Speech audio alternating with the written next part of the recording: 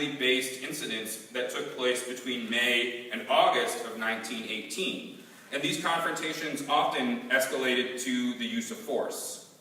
These family-based incidents are particularly interesting because they provided a forum for the women of the countryside to get involved in resistance against British recruitment. And the reports that I found detail the use of force against women by police in at least 2 cases, one of which I opened my lecture with. And finally, the third type of violent resistance to military labor recruitment was what I'm referring to here as mass resistance, when large crowds of hundreds of people, sometimes including the entire population of a given village, rose up to intervene in efforts to recruit laborers. And I counted 7 examples of mass resistance to military labor recruitment preserved in the British archives between May and August of 1918. All told, analyses of these reports show that battles between villagers and recruiting officials in the bloody summer of May 1918 led to the deaths of 1 Omda, 1 Sheikh al-Balad, and 3 Khufara. A further 35 Khufara were wounded by villagers, and as for the villagers themselves, who put their bodies and lives on the line to resist labor recruitment, 18 of them were killed, 22 were wounded, and 85 were arrested.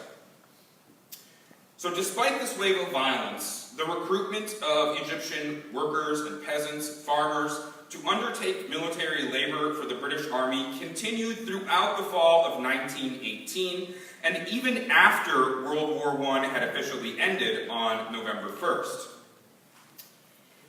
This is an example of that. On November 9th, 1918, a week after the signing of the armistice with Egyptians, Egyptian Prime Minister Hussein Rushdie Pasha wrote to Reginald Wingate, then serving as the British High Commissioner in Egypt, complaining of the disturbances caused by the continued conscription of military laborers.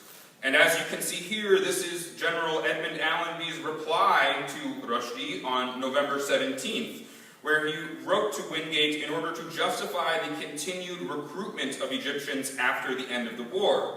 You can see here, he writes that there are many services which the cessation of hostilities does not affect as regards reduction in labor requirements. Allenby therefore called for a continuance or even an increase of military labor recruitment even after the end of the First World War. And as recruitment continued, so too did violent resistance, with reports of violent incidents from September 1918, December 1918, and January 1919 preserved in the British archives. Thus, it seems that the Peasant Rebellion continued along with labor recruitment throughout the fall of 1918 and into the winter of 1919. So, now that we have covered the first wave of the 1918 Peasant Rebellion and its continuation into early 1919, let's take a look at how this Peasant Rebellion and the recruitment of laborers that sparked to it was linked to the 1919 Revolution, this event that we've all come here to discuss. Today, I want to argue that in at least 2 ways, one specific and one general, reaction to the military labor recruitment of the Fellaheen, rather than to the arrest and exile of Sa'd Zaghloul and the left, were the animating impulses behind the rural unrest that swept through the Egyptian countryside in March of 1919. So 2 ways that Egyptian labor recruitment inspired 1919 instead of sympathy with the nationalist revolution. One specific and one general. So first, let's talk about that specific way. And that has to do with the province of Asyut. So as you can see here, Asyut is a province in the northern part of Upper Egypt. And when I analyzed the reports, the 35 reports of the first wave of the Peasant Rebellion in summer of 1918, I was shocked to find that 12 of these 35 incidents took place just within this one province, the province of Asyut.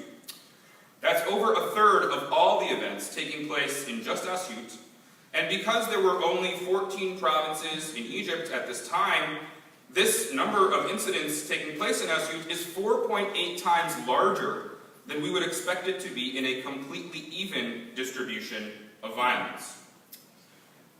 I also mapped out the spatial distribution of these events, as you can see here, that took place in the summer of 1918. And even though this is a small end data set that we're working with here, it seems that we can tentatively say that people in Asyut were uniquely angry about labor recruitment in the summer of 1918. Moreover, this trend apparently continued after the summer, as a memo from the British advisor to the Ministry of Interior in January of 1919 complained about, quote, scores of cases in two provinces, Asyut and Birga, where Kafirs have suffered injuries bringing recruits in, end quote. The memo also notes, quote, in other mudiriyats, there seems little or no trouble in this connection, end quote. So that's a memo from the British in January 1919 that's saying Asyut is uniquely angry about Egyptian labor recruitment. In March of 1919, Asyut was again the scene of massive unrest during the revolution. I made another map here plotting out the deaths of Egyptians that took place in March and April of 1919 based on the lists of martyrs made up by Abdul Rahman al-Rafai. As this map shows, Asyut was one of 3 provinces that was hit hardest by the unrest. Moreover, unrest in Asyut was uniquely aimed at British officers who had either served in the Egyptian Labor Corps, commanding Egyptians, or officers who were responsible for recruiting the Fellahin. The most infamous incident took place in Beirut, a town in Asyut located along the railway, when on the night of March 17, 1919, a group of British officers tried traveling from Luxor to Cairo by rail, and a group of rioters stopped their train at the Beirut station, stormed on board and killed 7 British officers. And 4 of these 7 British officers were actually young British men who had been serving as commanders of the Egyptian Labor Corps, overseeing Egyptians laboring in France and elsewhere. 6 days later, rioters in a town in the province of Asyut murdered another Egyptian Labor Corps officer. This man was Lieutenant Colonel William Hazel, and he was the British recruiting inspector with responsibility for Upper Egypt. And as such, he would have been the British face of military labor recruitment for the Fellahin in the region. All of this suggests that in the province of Asyut, repertoires of contentious politics that included the use of violent force had been forged during the 1918 Peasant Rebellion, which then set the stage for the rural unrest that took place in March 1919. Rather than simply being derivative of the centralized nationalist movement in Cairo, we can therefore see rural unrest in Asyut as part of a separate, more localized movement that had grown up in response to military labor recruitment during World War I. So this is, number 1, the specific way that I'm arguing today that military labor recruitment motivated rural violence during the 1919 revolution over and above and more so than the nationalist movement led by Saad Zaghloul. But there is also a more general sense in which labor recruitment set the stage for the revolution, and this was by giving Egyptians across the country a shared set of grievances against the British colonial state. Essentially, the experiences of World War I homogenized the experiences of all Egyptians and created within that crucible the identity of Egyptians, rather than Egyptians confronting World War I as an already existing identity. It was an identity that was forged out of this unique conjuncture of World War I.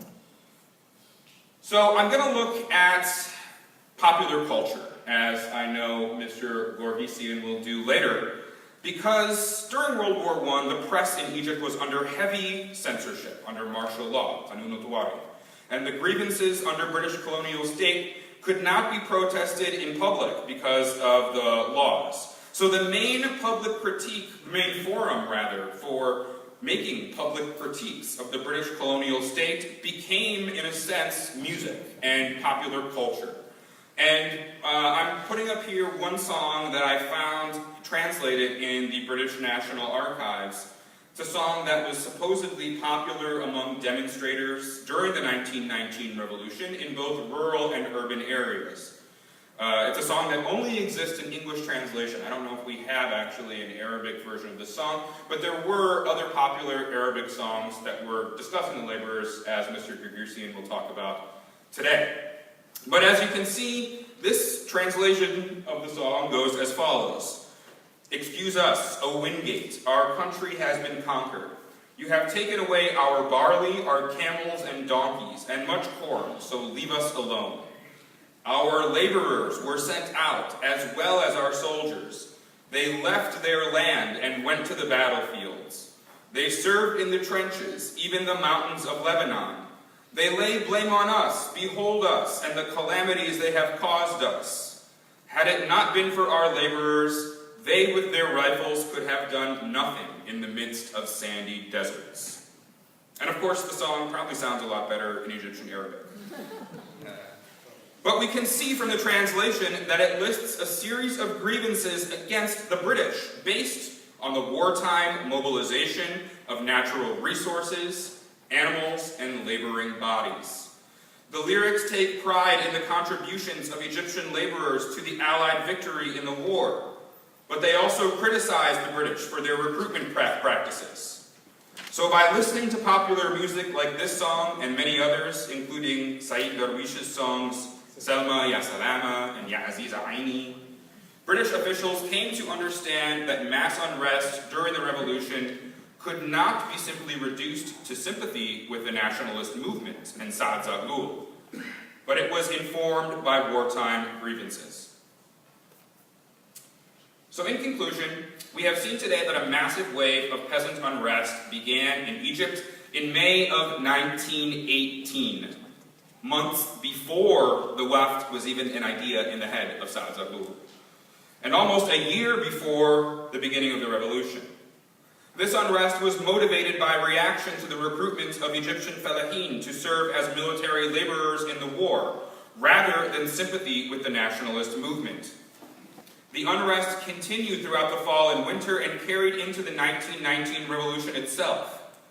I have argued that this provides evidence that the events of 1919, especially in the province of Asyut, cannot be reduced to a nationalist revolution.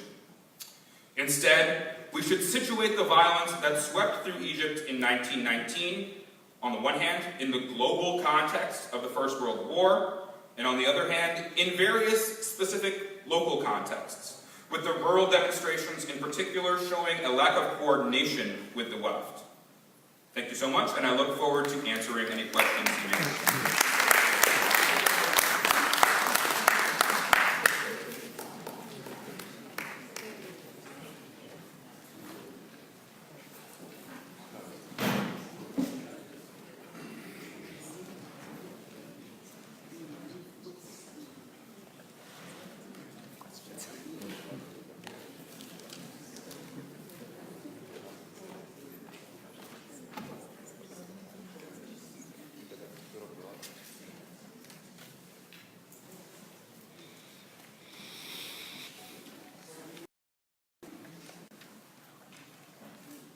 Talk about the 1919 revolution for me is to talk about revolution of hearts, minds, and creativity. This description reflects what happened or took place at that time.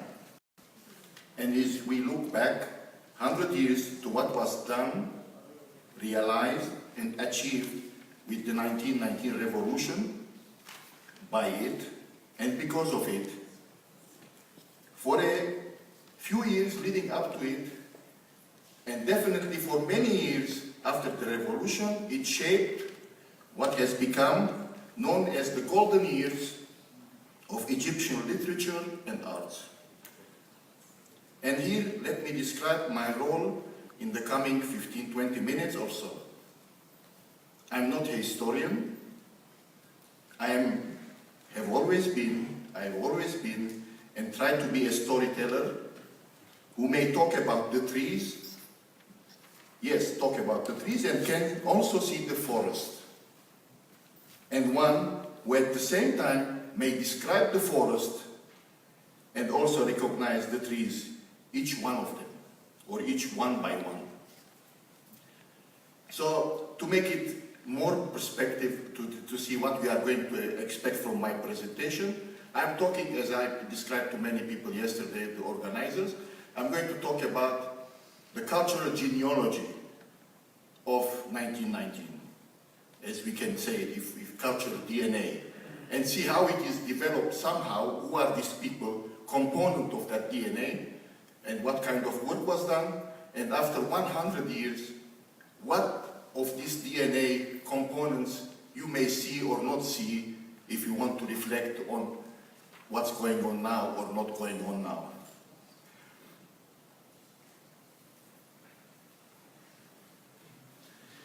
As is often the case, great events like 1919 revolution, it is understandable to ask, what is the role of an individual, the individual leader, in this case Saad Zaghloul, as well as the role of the masses in shaping this great happening. We are dealing with a wide popular movement that lasted for almost 4 years, and with a leadership who was able to catch that historical moment, and to lead to a popular movement. It is worth to mention here that Imam Muhammad Abdu and Gamal-Din Afghani contributed in shaping Saad Zaghloul political personality and knowledge. The Imam also, Imam Muhammad Abdu, picked Saad to work with him as a literary editor in Al-Waqa'a al-Misriya. Imam Abdu, by the way, died in 1905 at the age of 56. Al-Afghani died in 1857 at the age of 59. And just to put in a perspective, Saad Zaghloul was born in 1857. At the time of the 1919 revolution, he was 62. He died in 1927 at the age of 70.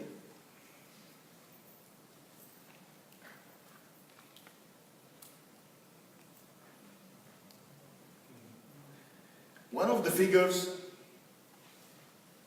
who may look, when we look back 100 years, we can see him, Tawfiq Hakim, the playwright and novelist who was born in Alexandria in 1898. In 1919, he was 21 years old. I will try to make everyone how old he was at that age, at 1919, sorry. He wrote his novel Audet al-Ruh, Return of the Spirit, in 1927, which means after 8 years he was 29 years old. While living in Paris, inspired by the revolution, it tells the story of Mohsen and his family living in the days that led up to the revolution. Al-Hakim, Tawfiq Hakim, was a pioneer in opening new horizons and paving new roads in Arabic literature and writings in general. And you have to say that it was considered what Tawfiq Hakim did in writing, a revolution in writing, especially when this fight was going on between Fosha and Ammiya, and he was able to make this mixed language or third language or fourth language, whatever you can call it, but it was something that reached the heart of the people. And people, regular people, young people were able to read when they were used to read Manfaloti and other writers, and start to read Tawfiq Hakim. Hakim, as we said, he was especially in the use of language. When I say simple language, when I say always, I define simple, good language, or like communicable language, which is like, I said, it is the use of simple, direct, and clear language.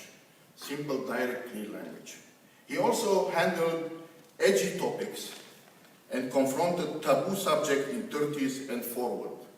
I mean, Tawfiq Hakim from 30s already was facing many things that people were afraid or not ready to challenge. It has been noted that Nasser liked this novel, The Return of the Spirit, and which he said inspired him and the free officer who led the July 52 revolution, one that overthrew the monarchy and ended the British occupation. Nasser became the second president in 1954 and remained president until his death in 1970 when he was 52 years old. I'm just even giving sometimes other ages just to compare with other presidents and how they last, how long they last. The Nasser era and what happened to the intellectuals and writers is well worth a study and analysis.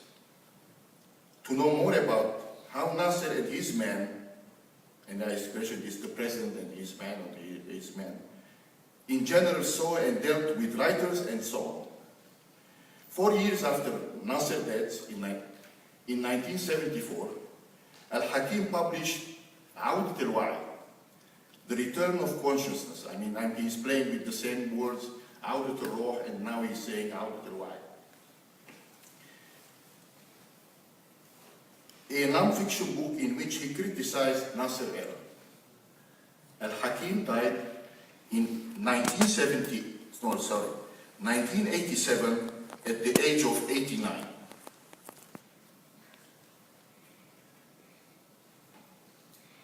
Two artists who became important, prominent, and influential because of 1919 revolution, i.e., that is to say, who inspired and was inspiring, are Mahmoud Mukhtar and composer and singer Sayyid Darwish. The sculptor Mahmoud Mukhtar, who was born in 1891, was 20 years old in 1919. He died in 1934 when he was 43. Mukhtar for Egyptians and the 1919 revolution is synonymous with his statue of Egypt's Renaissance, Nahdat Masr. The idea and the sculpting began in 1917 and completed in 1988. When I said completed, prominently located at Midan al-Mahatta, or Midan Bab al-Hadid, Cairo, which became after that Midan Ramses. And that station in front of the main train station. In 1955, the statue, Nahdat Masr, 1955, was moved to the current location, which is Nahda Square in front of Cairo University, Nahdat Masr. The statue personified Mukhtar's creativity and hard effort to be a symbol of Egyptian identity and awakening. What was also noticed in the case of Nahdat Masr and the statue and the building and the transfer and all these things, that there was a massive public participation in fundraising the statue. I mean, it's not a matter of how much they are paying, but people like even piasters, Egyptian piasters will pay just to be ready to see that statue is realized and become part of their life. And to be, if anybody is interested to know more about this Mukhtar life and achievement and these details, Ahmad Abu Ghazi and his father Badruddin Abu Ghazi, they did a lot of studies because of their relation to Mahmoud Mukhtar, and they have a lot of photos and pictures and letters, even contribution of the people.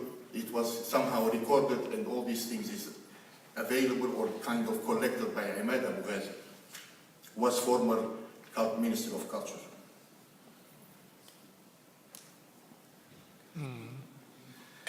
Naguib Mahfouz. I mean, the whole presentation can be about Naguib Mahfouz, but anyway, just like to give him some few words, because I had the luck and the pleasure and the honor to be with him for years and know how this guy not just right and how he think and how he behave and how to do anything in relation to life. He was born in 1911 and he was 7 years old in 1919. 7 years old because he was born in December anyway. So it's like, this is March. That's why I'm saying 7, just for people making always calculations, say, no, it's wrong, it's 8 years. This novelist and Nobel Prize laureate of 1988 said repeatedly, both in public and in private, that 1919, we used to say usually 1919, we didn't, sometimes we say ثورة 19, sometimes we say 19, ثورة 19. It's not 1919, ثورة 19. Said repeatedly and publicly that 1919 is a revolution we admired and we believed in it. And this is like a variation of saying, آمنا بيها وأشعل حماسنا أو أشعل وطنيتنا. In different expression you can say. In 1956, Naguib Mahfouz published Palace Walk, بين القصرين. The first part of his Cairo trilogy, in which he described Egypt and Egyptians at the time of the revolution. In the early years of his career, Mahfouz also reviewed Abbas al-Aqad books about Saad Zaghloul. In 1983, there is music coming. Okay, it's fine. In 1983, Mahfouz published his novel Amam al-Arsh, Before the Throne, the dialogue among the rulers, حوار ما بين الحكام, in which he revisits, in this book, Mahfouz revisits history and those who ruled Egypt till Sadat, including Saad Zaghloul and Mustafa al-Nahas, Wafd leaders. Mahfouz died in 2006 at the age of 94.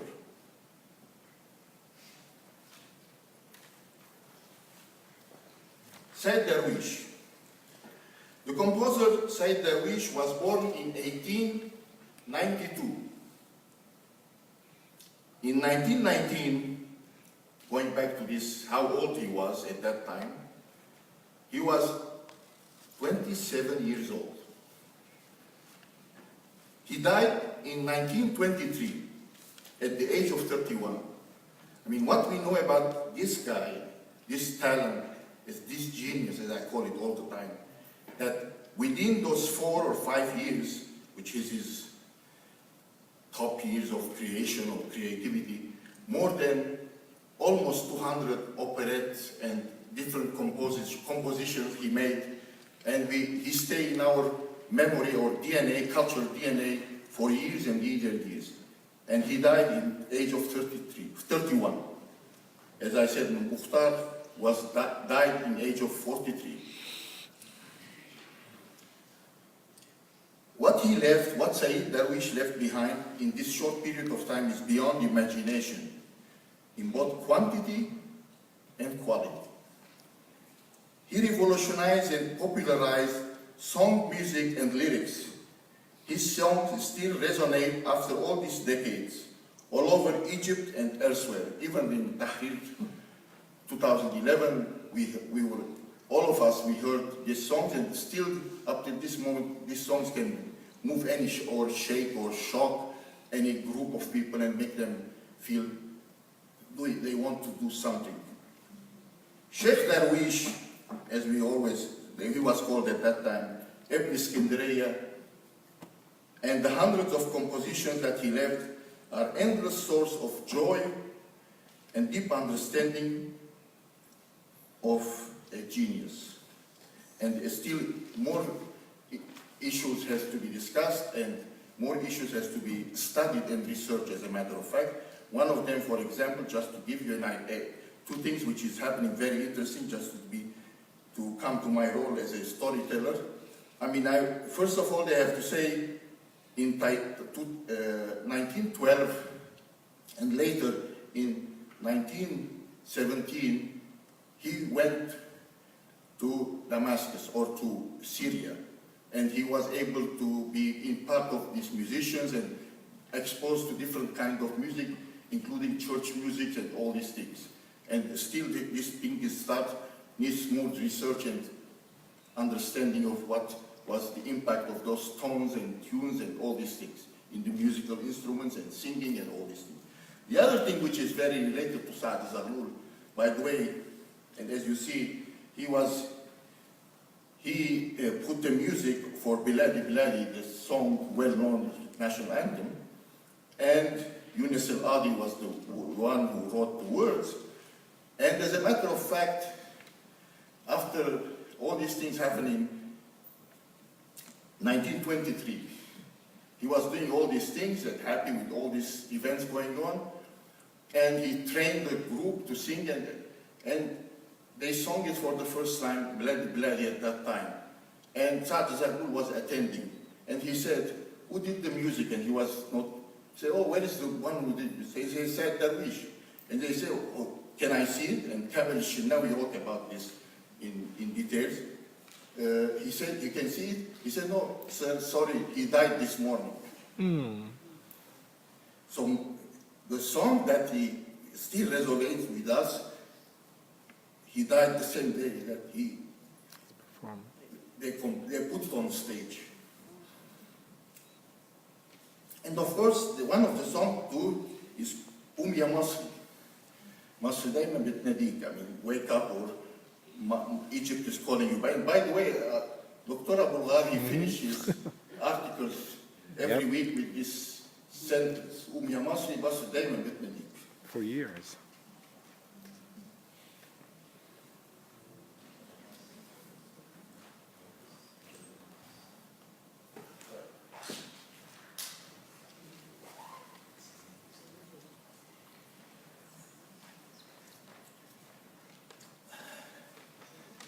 Egyptian cinema.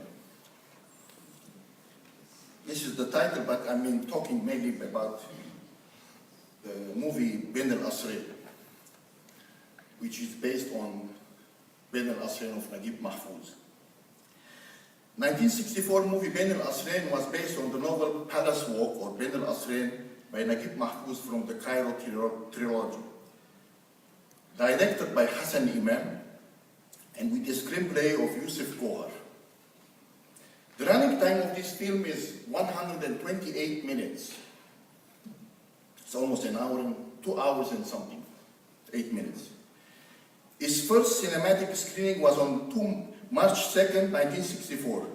But for most Egyptians, they watched and liked the movie because of its repeated screenings on Egyptian television, Film Arab.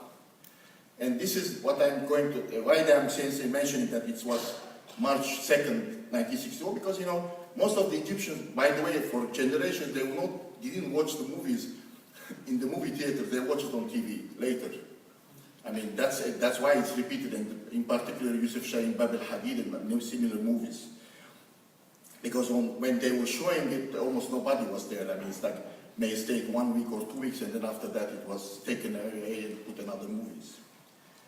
It is worth mentioning here,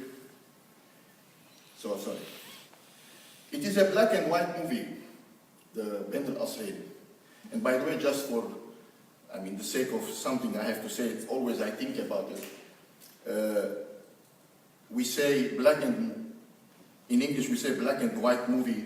In Arabic always they said Abyad Weswed. I mean, white and black.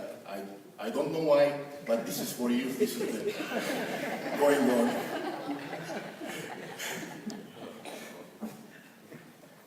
It's interesting, maybe you don't want to say black first, maybe. And the movie settings of the events are very specific. It is 1919 in Cairo. And this movie is almost 12 minutes of scenes, especially at the end, recreating the 1919 revolution, are the main components, I have to say it, are the main components of Egyptians' understanding and shared memory of 1919 revolution. It's a remade scene that for years became part of the cultural or national identity and DNA in the minds of the Ben al-Asrain 12 minutes, almost 12 minutes of the movie. is about remade scenes of a revolution. It is worth mentioning here that the set and the costume designer of that film was Shadi Abdsalam. Shadi Abdsalam, just for your knowledge, is Victoria College graduate who studied theatre in London and later made the well-known and critically acclaimed movie Al Mumia, The Night of the Counting the Years, The Mummy, which was first shown in 1975. Why I'm saying Victoria College and why I'm saying he studied in London? Because, you know, sometimes people think that those who study in Victoria College or go to London or other places, they don't know how to react or interact with the people. It's not work. It's not always. Taha Hussein was there, Tawfiq Hakim was there, from Paris, both of them Paris, Mahmoud Mukhtar from Paris, studied in Paris, and here we have Victoria College graduate and London Theatre School, Shadi Abdsalam.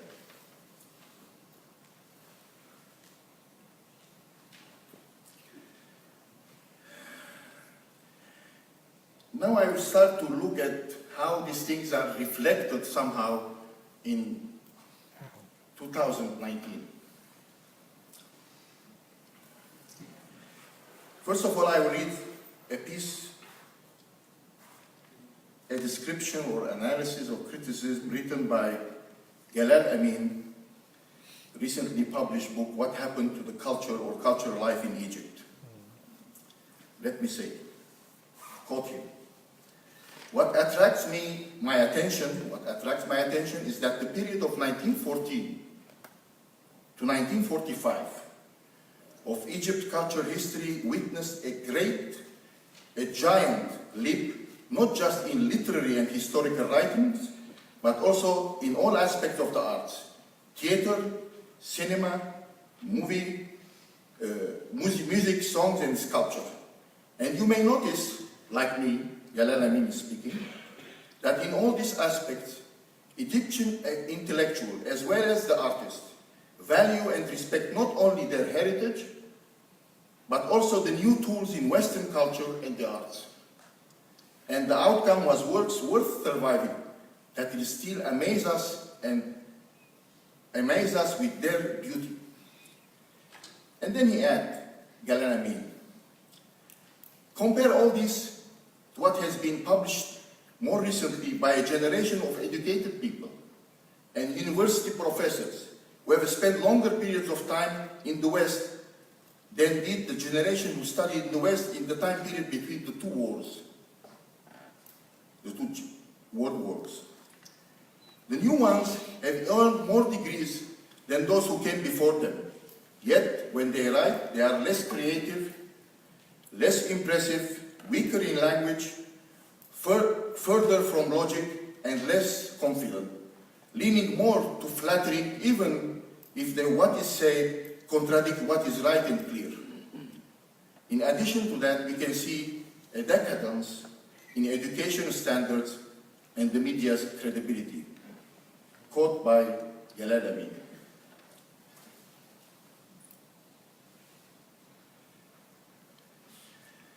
Now I would like to suggest some questions and issues to be raised, because I always believe that there is a need for new questions, even if we think that most of our questions are answered. Now I would like to suggest some questions and issues to be raised. How and why have all these cultural components of 1919 survived over all these years? And do they help the Egyptians now to understand better their past and their present? And if yes, how can this better understanding shape a better future for creative artists and budding talents?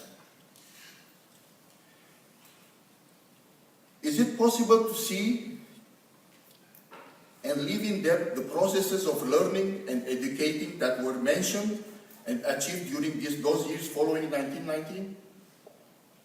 How, for those who care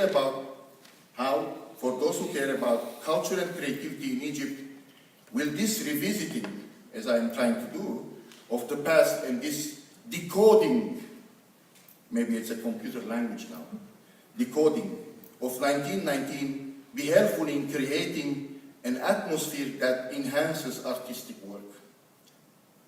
What are the possibilities to gather and organize all this available data, knowledge and wisdom all together in one location, either a physical or an electronic space, to make the history and the heritage of this revolution accessible, searchable, researchable, and therefore inspiring for coming generations? How will scholars and researchers become able to find answers for new questions, to find more comprehensive approaches for those some puzzling aspects, rather than recycling what was there and repeatedly used and reused? And as I always reminded by people, and I'd like to remind you too, it is important to have history, but it's more important to have memory. Not a memory, and I will use somehow Egyptian mentality work, which we fit in. But it's important, more important to have memory, not a mummified and petrified memory, but a living memory, agitating, energizing, and fueling the hearts, the minds,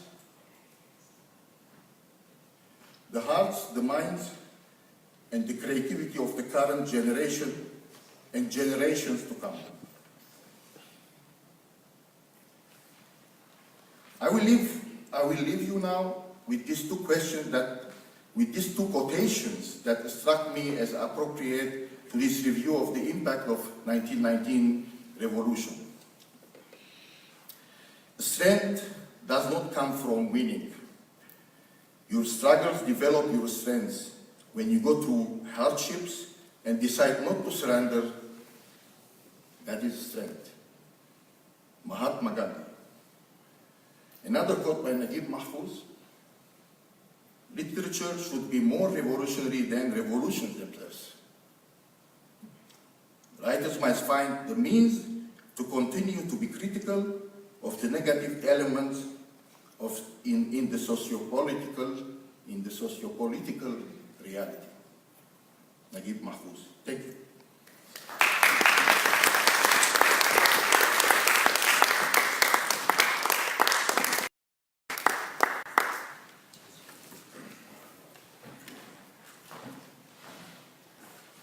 I don't need PowerPoint. So, this reminds me a little bit of the Davis Center and the discussion of warfare and military operations in the Davis Center.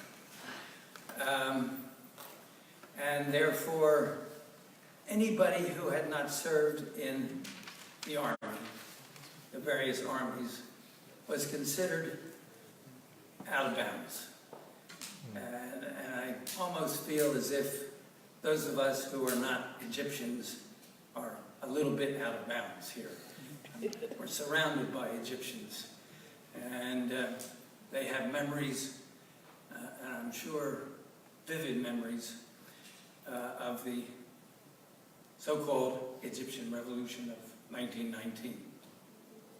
I was born in 1933. We've had lots of dates here when people are born. I'm 85 years old.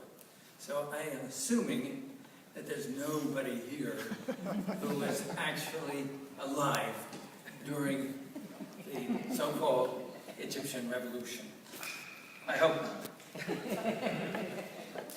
not. Anyway, these papers seem to be about two aspects of the 1919, what shall I call it? Uprising, rebellion, revolution. Revolt. I'm going to come to that later on. But we call it a revolution. And for For certain reasons, I am going to come back to that. Kyle Anderson focuses on peasant resistance to corvée-like recruitment to the Egyptian labor corps. He points out, quite rightly, that these individuals, families, and masses put up all kinds of resistance. And this was before Saad Zaghloul appeared on the scene as the leader of the Waftist nationalist movement. Thomas Jurgensen, PowerPoint presentation. I did not happen to have access to his wonderful remarks. Is mainly, though not wholly, about elite attitudes toward the revolutions, a term I use guardedly. Mostly later on, when the uprising was imprinted on the hearts and the minds of Egyptians of all kinds. I say all kinds because, as Mr. Jurgensen indicates, there were lots of ways in which the mass of the population could connect with the Egyptian Revolution of 1919 through songs, through cinema, and through statues. All of these media would have been available to both the elites and the non-elites.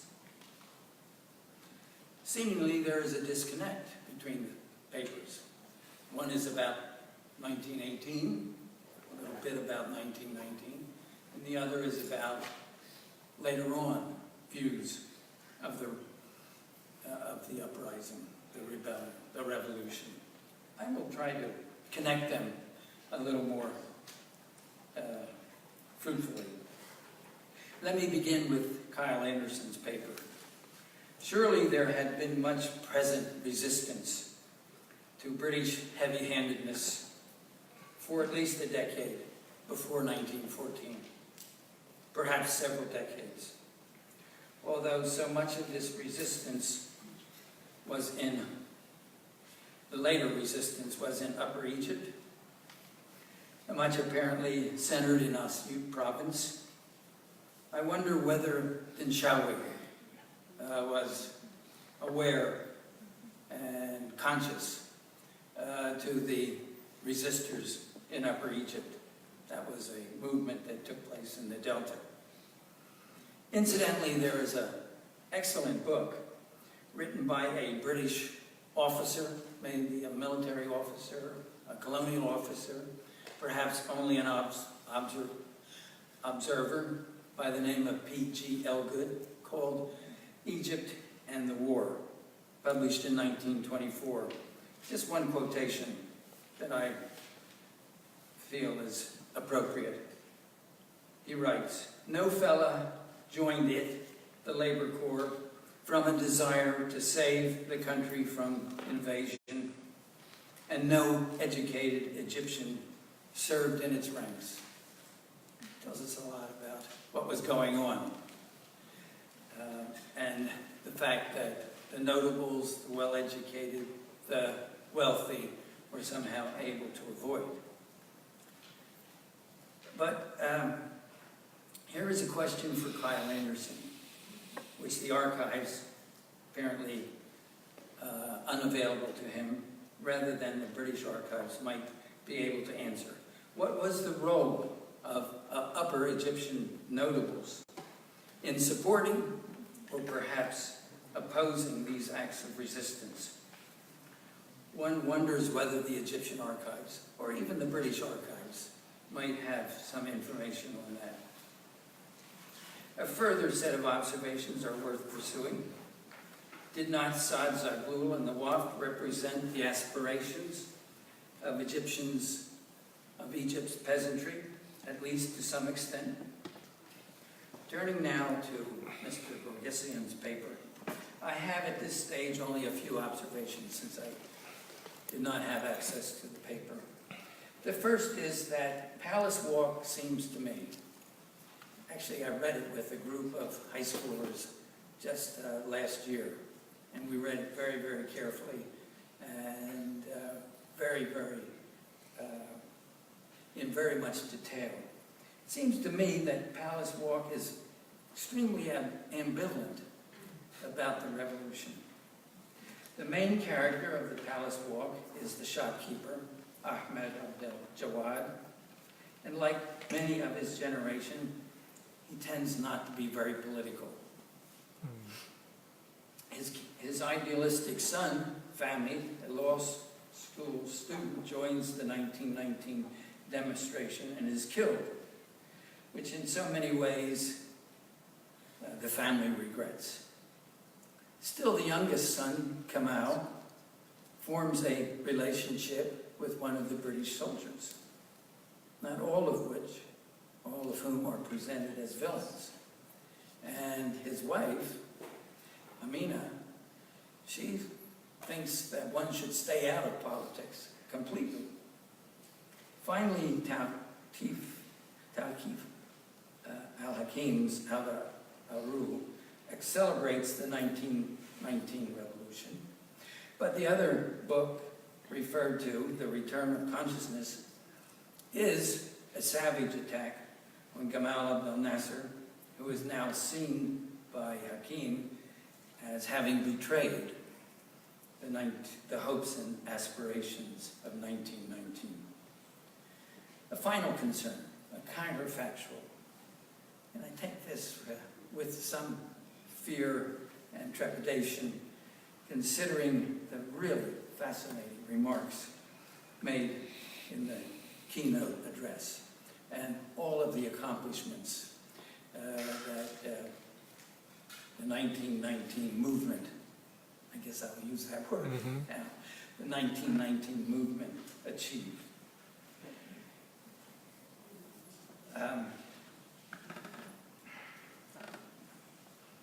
Had Egypt been granted its independence, as Zaghloul and the Waft wished, would the 1919 uprising have constituted a real revolution? What we have changed and what we have remained the same.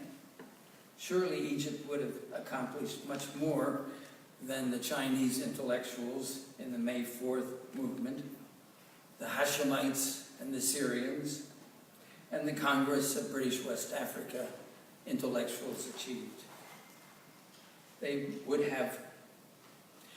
Now, what these people wanted, as distinct from, let's say, the British West African intellectuals, they would have ousted the British soldiers garrisoned in Egypt. That would have been a major victory. But they didn't do that. But would they have carried out land reform? Would they have ousted the royal family? Would they have abolished the power of the notables, as Nasser did? Would they have rid the country of foreign business interest and influence? Would they have promoted vigorous industrialization? I believe, would they have done away with the capitulations and the mixed tribunals with its bevy of foreign judges? I think that the Waftist elite would have tried to abolish the capitulations and the mixed tribunals, and maybe they would have succeeded. But land reform and the power of the landed notables would have remained. And if African independence in the 1960s is any indication, although the Waft was elected with 90% of the vote in the first election, I wonder whether an opposition would have arisen as it did in most of the African states and the Indian state. And they would have pointed out some of the failures. And perhaps this is what a revolution sometimes creates. But certainly not, this is certainly not, what would have happened would the WAFT have rigged elections, been corrupt, enriched themselves, as some of the African states did. But certainly not what happened in the French and the American and the Chinese and the Russian revolutions, the classic revolutions. So I posed the question at the very end of my remarks as to whether we can call 1919 a revolution rather than an uprising, a rebellion, a movement. Thank you.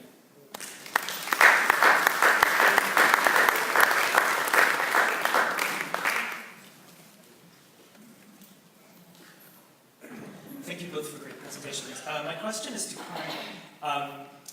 I worry that your version of the story actually reproduces or recycles what I understand to be the central contention of the colonial archive, which is to say that peasants are motivated by economistic self-interest, and that the nationalists are also self-interested and are basically co-opting the peasants. And there's a kind of extraordinary quote from the Milner Report where he says, you know, any peasant can be taught to sort of say nationalist slogans. And I wonder whether thinking about these in such bifurcated, dichotomous terms might actually be reproducing that central contention, and maybe if you were sort of operating with a more expansive notion of what the nationalist might be, that the story might look a little bit different.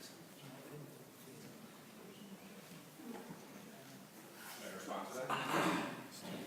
Is this working? Turn it on.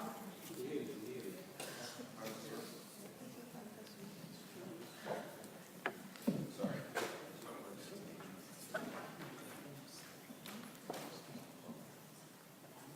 Thanks.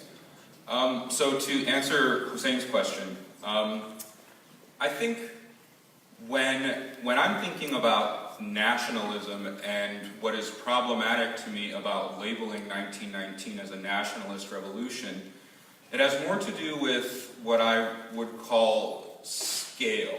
Which scale of this story are we privileging when we tell the story? And I think that systematically we tend to privilege the national scale. And so when I say that the Egyptian 1919 revolution was not a nationalist revolution, what I mean is that we need to stop systematically privileging the national scale. We need to bring it to at least parity with the local and the global scales. And what I'm trying to do is sort of offer a corrective in the sense of providing a narrative that focuses on, that tries to integrate the global with the local and sort of shortcut the national to sort of rebalance the historiography a little bit. But your point about how I might be sort of recreating the British narrative, of course the British are trying to discredit the West by sort of, to the British mind, Egypt does not constitute a nation, right? And so I think that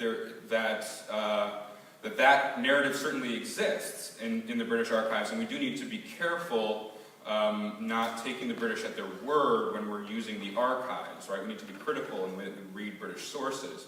So I hope, though, that we can make a conceptual distinction between the sort of British racial vocabulary, which says that Egypt is made up of a number of different races and therefore does not constitute a nation, with what I'm calling a sort of spatial vocabulary, right? So what is the spatial scale that we need to focus on in order to make sense of these events?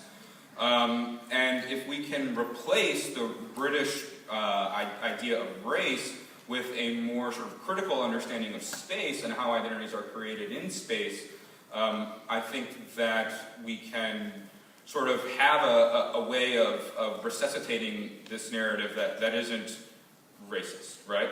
That the British narrative fundamentally was. So I recognize your criticism, and I do understand in which there is a way that I'm reproducing these ideas, but I think that I'm trying to do it in a way that privileges space and understands race as a contingent identity rather than something that is essential. And yeah, I think just to, if I could answer Dr. Tignor's, should I do that now, or should I? Let's have another round of questions. Okay, we'll do that. Hello, I just have a couple of remarks. I've always been intrigued by my academic colleagues who are always very reticent to call movements, as in Egypt, incidentally throughout history, a revolution. Why this reticence? I mean, if the people themselves, and they start comparing the Egyptian revolution with the Russian or the French, be it the 1919 or the 1952 or the more recent movements, they always resist. I would appreciate Professor Tignor telling us, since he raised it.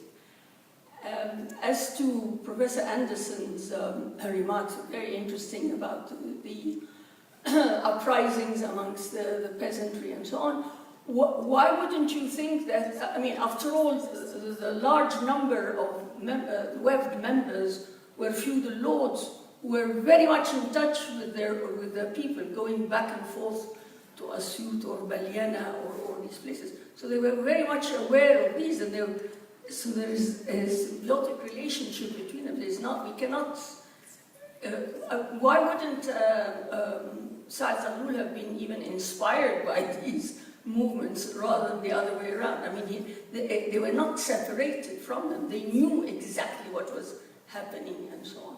So I don't, I just remembered something my mother way back used to tell me, how the peasants used to think that the face of Saad Zaghloul was reflected in some of the, in the fields, or his face was in the moon. I mean, there was always this kind of relationship between those. So there are, and then of course all the songs that you know. Anyway.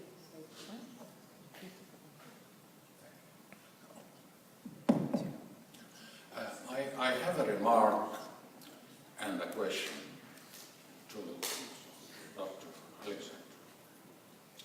The remark is the use of probably the British term of Egyptian labor recruitment, the word recruitment, does not properly translate sokhra, which is labor without pay. It's just essentially slavery. And I think we should identify that, and why then the violent reaction to it, and its impact on the family which we use. The question is whether you consider the resistance, violent resistance, to Sokhra in 1918, it was essentially a separate event from what happened in 1919, which should be what happened in 1919 by the elite in Cairo, was essentially they were capable of identifying and articulating the core reasons for the British being able to impose Sokhra and use it, and identify that the real reason is a national reason. That is the occupation of Egypt, and Egypt being a protectorate, not that the people are able to exercise self-determination. Thank you. I'm sorry, can we hear the response to them? They will answer after the questions. They will answer. So, fascinating panel, and I just wanted to ask the panelists to comment in line with a couple of other questions, but to ask the panelists to comment on the relationship between localized uprisings and the national idea of the peasants in the Egyptian imaginary. So, both before and after. So, there was a reference to Denshawe. Of course, not only is that serialized and then novelized, it's reproduced repeatedly in popular plays and popular song. On a more elite level, you have Ahmed Shawqi's poetry about Denshawe. And I'm wondering, and then even, out to the world, the idea, of course, the Hassan has to return to the village and see how the local elites don't understand and properly respect the peasantry before he's able to come back and take part in the revolution. There's this sense that it's a connection to the rural which propels him into revolutionary activity. And of course, Zainab, there's obviously a long list of these these works. What I'm interested in is to what extent is this an elite understanding of local uprisings? To what extent is the local aware of its representation within these different mediums? What is the interplay between the fact of rural uprisings and the idea of the rural, both before and after 1919?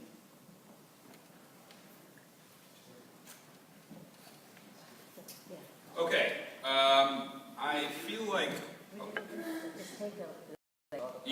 a lot of the questions that were asked of me are somewhat similar, which is basically about what's the relationship between the elites, perhaps the nationalist elites, and then these rural movements going on, right? And I think we have one potential model of the relationship, which is, I think, what you referred to as sort of symbiosis, right? That there's a sort of symbiotic relationship between the Ayan and the Fellaheen.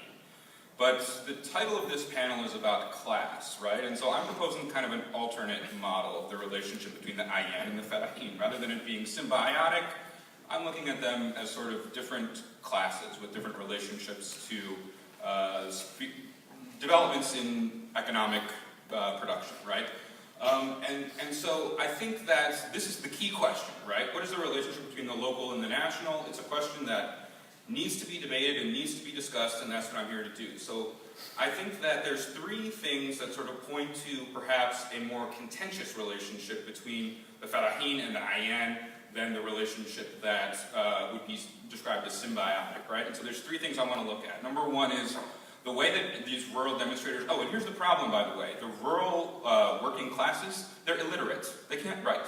So they don't leave behind books and novels for us to read, right?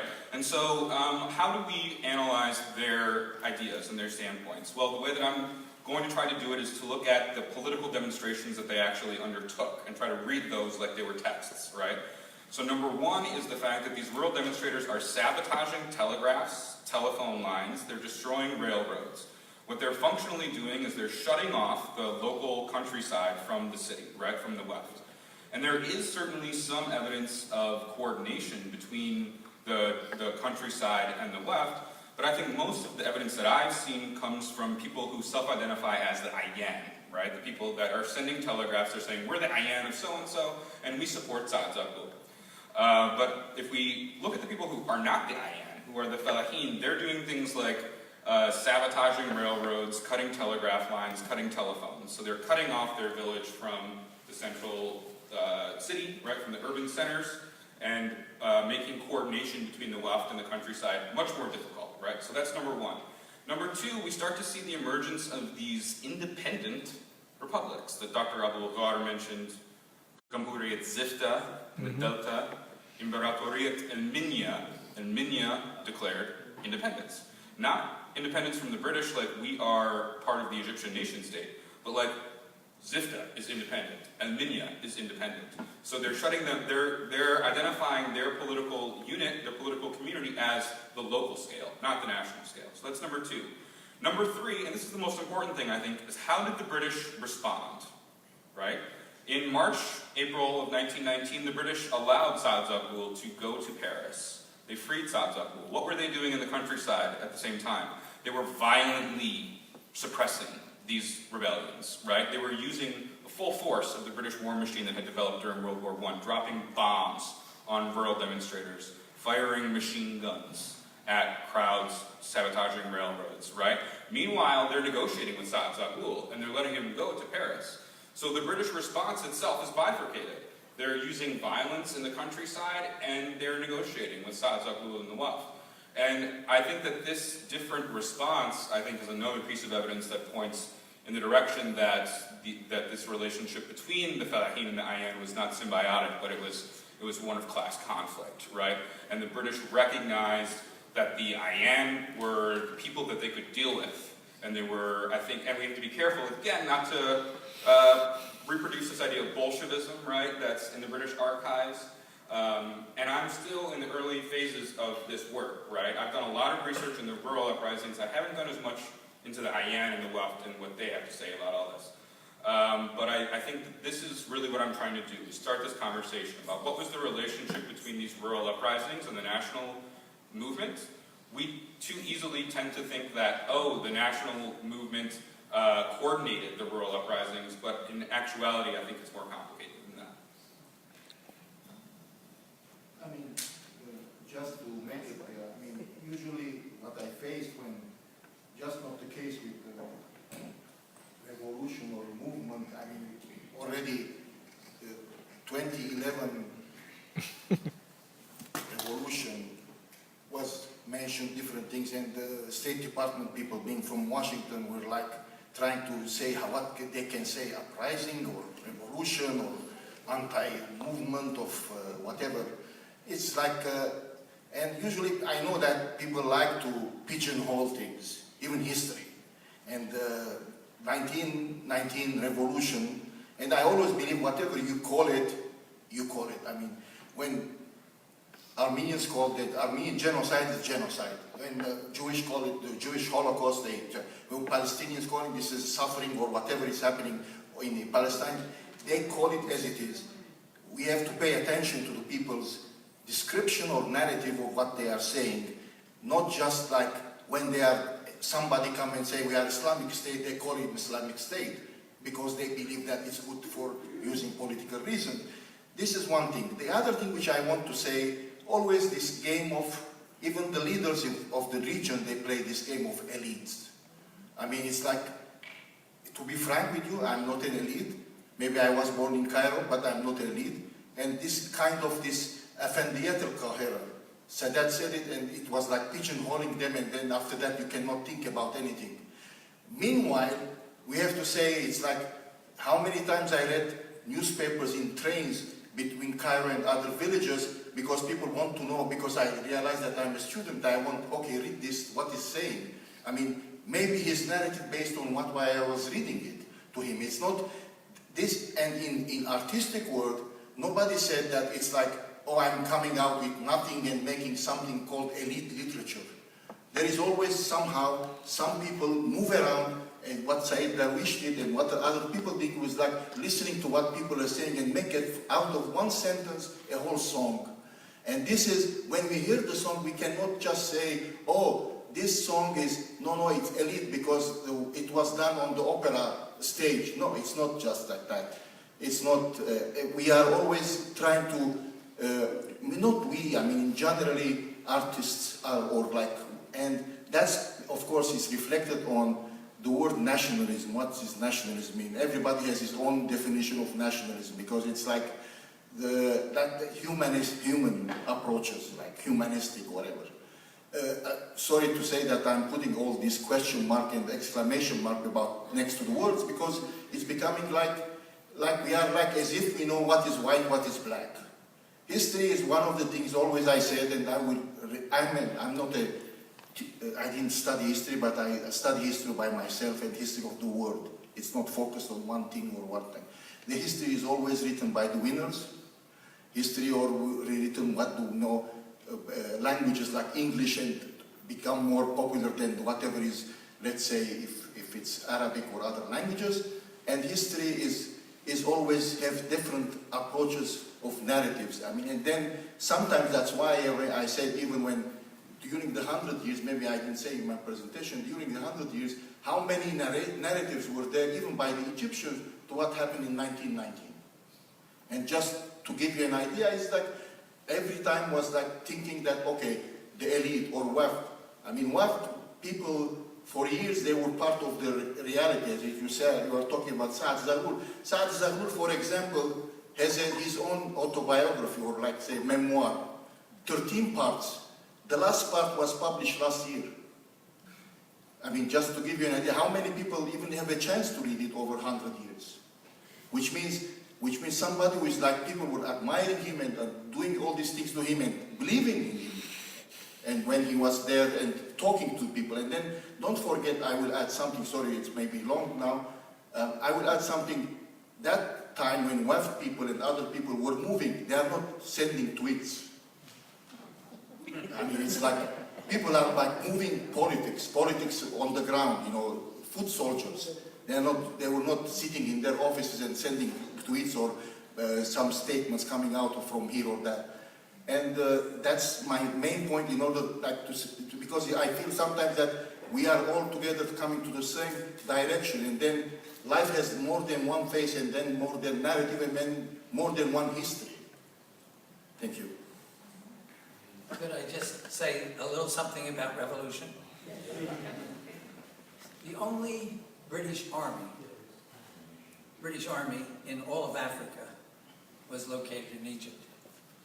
And that was the #1 priority, I think, of the Egyptian nationalists. They wanted what they called complete independence. And what they meant by complete independence was the removal of the British Army. And they didn't succeed in that. The British Army was 10,000 men. It's a huge army. And it's the only army in all of Africa. Thank you very much. We're going to join in thanking the panelists. We're going to break for lunch now, and we're going to convene back here in an hour. So we'll see you in an hour.